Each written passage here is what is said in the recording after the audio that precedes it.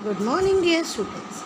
In the last video we have seen that how Sir J. Thomson has compared the atomic model with the Christmas pudding or plum pudding or watermelon pudding.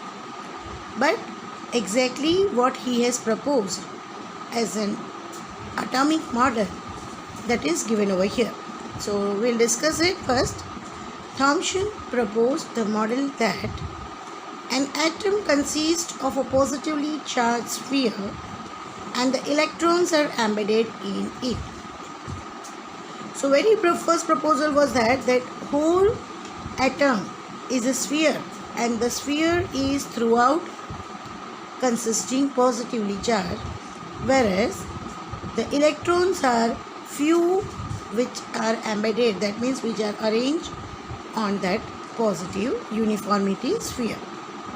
Uniformity, that means throughout the area. The total positive charge, the second proposal is the total positive charge protons is equal to the total negative charge of the electrons. The number of protons with the positive charge and the number of electrons with the negative charge both are exactly equal, and that is why the atom as a whole is electrically neutral. So, in a whole, if we say that an atom is electrically neutral. Why neutral? Because whatever the amount of plus charge is there, the same amount of negative charge is there. So, positive negative is nullified and we can say that atom is neutral. The third proposal is mass of the atom is considered to be uniformly distributed. This proposal is exactly which resembles to the first, as positively charged particle proton are uniformly arranged. In the same way, mass of the atom is also uniformly distributed throughout the atom. But here, there were some limitations of even Thomson's model. Thomson's model gave idea of proton and electron throughout. That is, he suggested that protons are throughout and electrons are embedded. That was given by him respect to the proton and electron, but he did not explain exact arrangement of the electron. He just told that incomplete sphere of an atom, positive charge of protons are throughout spread and only few electrons are arranged on it. But this arrangement of electrons, how they were arranged in a spherical form, in a linear form, in a angular form, that nothing was explained by Sir J. Thomson, and this was his limitations. So Rutherford wanted to know now that how this arrangement is in the atom and what is this arrangement, because of that the atom is stable. So an important experiment which was carried by Rutherford is Rutherford's alpha particle scattering experiment. Alpha particle carries positive charge, and when they were scattered, that means when they were distributed, what happened, that was observed by Rutherford, and then the proposal was given according to that conclusion of the experiment. In 1911, Rutherford performed his famous alpha particle scattering experiment. Rutherford, very great scientist, and he has given a very great contribution in the nuclear model structure of the atom. He has won the title of Nobel Prize also. In the experiment, what he has used, let us see. Rutherford bombarded a thin sheet, very thin sheet. The measurement is 0.00006 centimeter. After decimal, see 10th, 100th, 1000, 10,000 and 100,000. So out of 100,000 100th part, that much thin sheet of the gold is taken on which bombardment of alpha particle was carried out in an evacuated chamber. So one cubical chamber was made which was evacuated completely air free, and through it the alpha particles from the rare earth elements was bombarded, which strikes this gold foil. And this gold foil, how it allowed the particles to pass through, is shown here in a diagram. A simplified figure of Rutherford's observation is shown here in the figure, as well as observation is stated here also. You can see here the figure. These are the circular form, that is spherical form given, which gives us the beam of alpha particles passing through the gold foil atom. You can see that these are the rays moving towards right hand side, passing through the gold foil. Here you can see largely reflected alpha particles. You can see here this particle has penetrated from here, and from here it has deflected up to this very large penetration of deflection. Undeflected, you can see some rays are directly passing through. They are undeflected alpha particles. And here this you can see it is having a little or a slightly deflection of the alpha particles. Somewhere angularly reflecting back, bouncing back, you can see here, strikes to the center and coming back. Even this one also, you see here, it strikes the edge of the atom and move little away, which gave the idea that atom is a spherical structure with a fixed boundary, and nucleus is in the center. It is also with the boundary. So with the help of this type of experiment, he observed the experiment result and stated his observation that most of the particles pass through the foil straight without suffering any change in the direction. A small fraction of alpha particles were deflected through small angles and a few through large angles. Whenever the formation of the alpha particles existed, then some of them deflected with the small angles and some of them deflected with the large angles. One particle in every 10,000 to 12,000 radiation, hardly one returns back. The ratio is 1:10,000, 1:12,000. These were the observations proposed by the Rutherford, that actually what is the requirement and what he has used for his experiment. And after using the gold foil, what was his observation in the figure and in the theory is already stated. And after this, what was his conclusion? He made conclusion that most alpha particles pass through straight path, so most of the space inside the atom is empty or hollow. What he concluded, that most particles pass through, many particles are passing through, so most of them have space inside the atom. Very few alpha particles, that is positive particles, deflected from the center core. Center core, that means a very near. It means positive charge is at center, so it repels. How positive charge? That in the nucleus there are the presence of positive neutron. very small fraction of the alpha particles deflected by 180 degree. Very small fraction of the particle deflected is by 180 degree. 180 degree, it means a straight angle,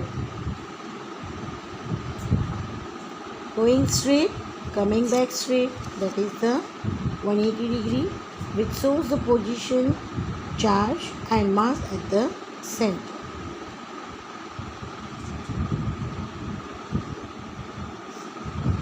And now when he thought that very small fraction of the alpha particles deflected by 180 degree, showing the positive charge and mass is at the center, then the center core with positive charge and respective mass is termed as nucleus. What is it termed as?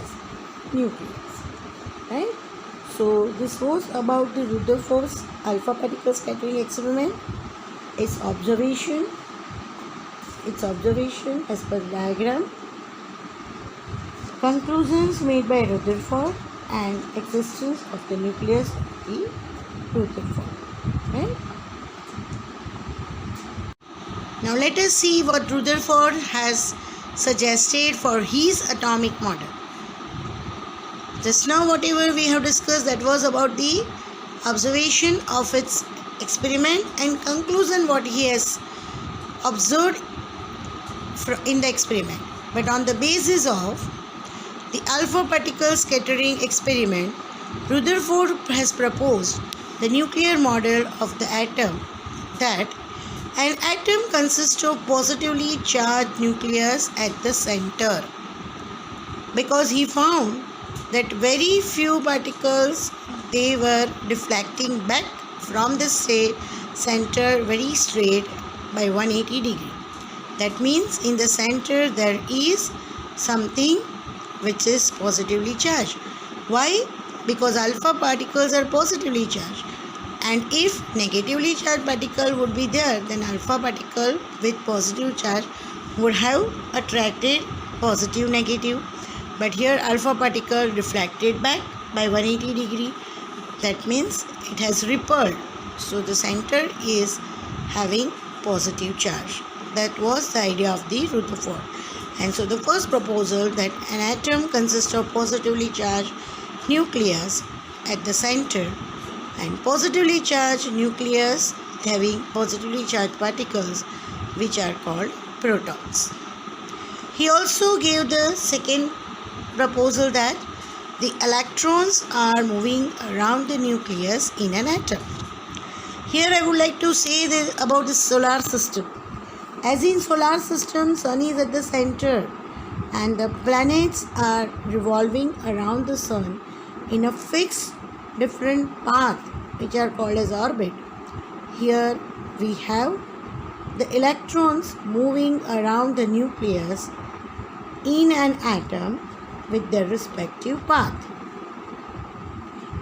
He also said that the size of the nucleus, which is in the center, the size of that nucleus is very, very small compared to the size of an atom.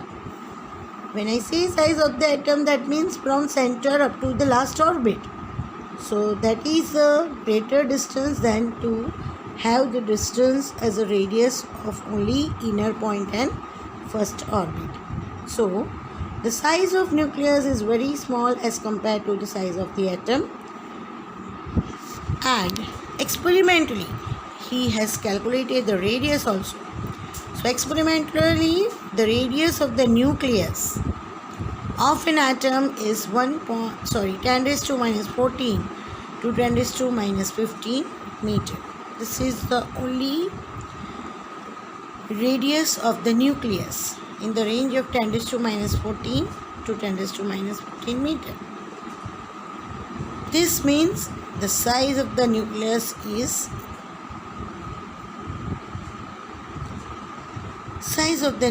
here we can say it is about 10,000 part of the size of an atom. The radius of the nucleus is 10 raised to minus 14 to 10 raised to minus 15 millimeter, and radius of the atom is 10 raised to minus 10 meter. So 10 is to minus 10 times, which we can consider that it is 10,000th part of the size of an atom. If we say one atom of an element, and if it is showing the radius 10 is to minus 10, then the size of the nucleus is about 10,000 part, and the size of the atom is 10 raised to minus 10. Size of the nucleus is 10 raised to minus 14 to minus 15, because there are the different elements and their atoms have different number of protons and number of neutrons in them. This means that the size of the nucleus is about 10,000th part of the size of the atom.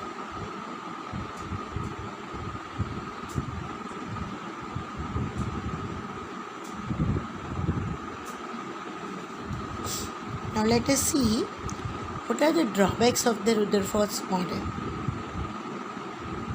Everyone, they did according to their level. They gave the suggestion, they gave the model. Here Rutherford has also given his idea about the model, but there are still some drawbacks of the Rutherford's model. The first is the revolution of the electron in a circular orbit is not expected to be stable. The very first drawback is that if we consider the revolution of the electron in a circular orbit, then it is not expected to be stable. Why it is not stable? Because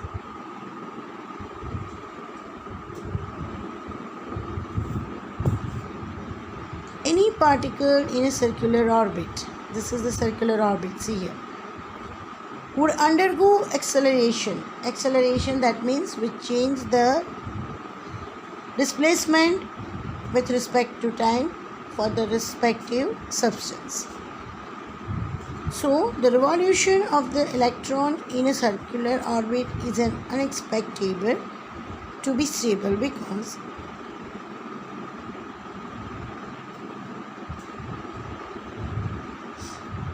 and when this electron undergoes acceleration, that means the speed increases, then what happens? We will have to use more and more amount of energy. So we can say that acceleration is due to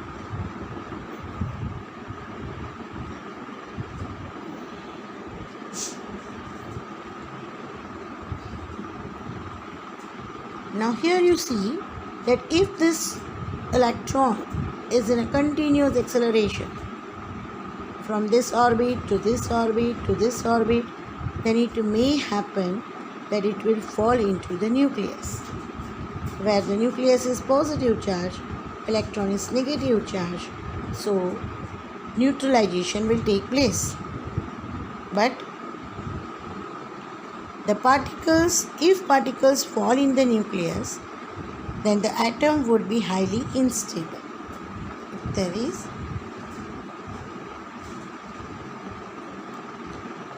If the particles fall into the nucleus, then the atom would be highly unstable. So while moving, if the particles at the end come and it falls into the nucleus, then what would happen? The particles may fall into the nucleus, then the atom would be highly unstable, and so matter would not exist in the form of solid, liquid and gases. So sometimes when acceleration takes place, at that time, if possibility is there that if electron may fall into the orbit, into the nucleus, then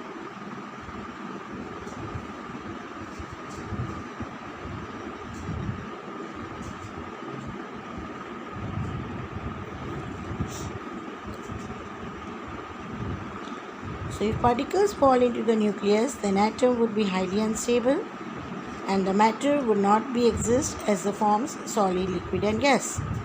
But atoms are stable and matter exists. Also, Rutherford's method does not say anything about the electrons arrangement in an atom. So later, to overcome the Rutherford's model of the atom, Niels Bohr has proposed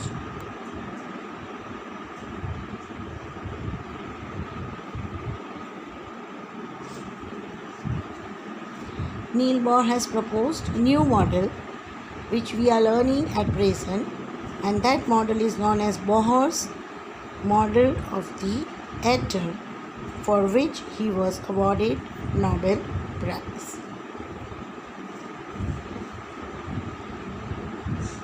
And this is how we are having a modern structure of atom as a model which was given by the different scientists together by the construction work of the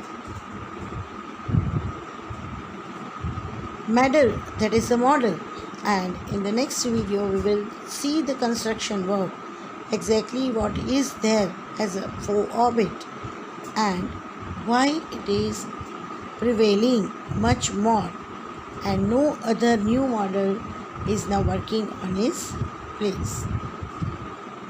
So please go through this videos about the Rutherford scattering experiment and try to understand the concept which he has given by the time. Thank you.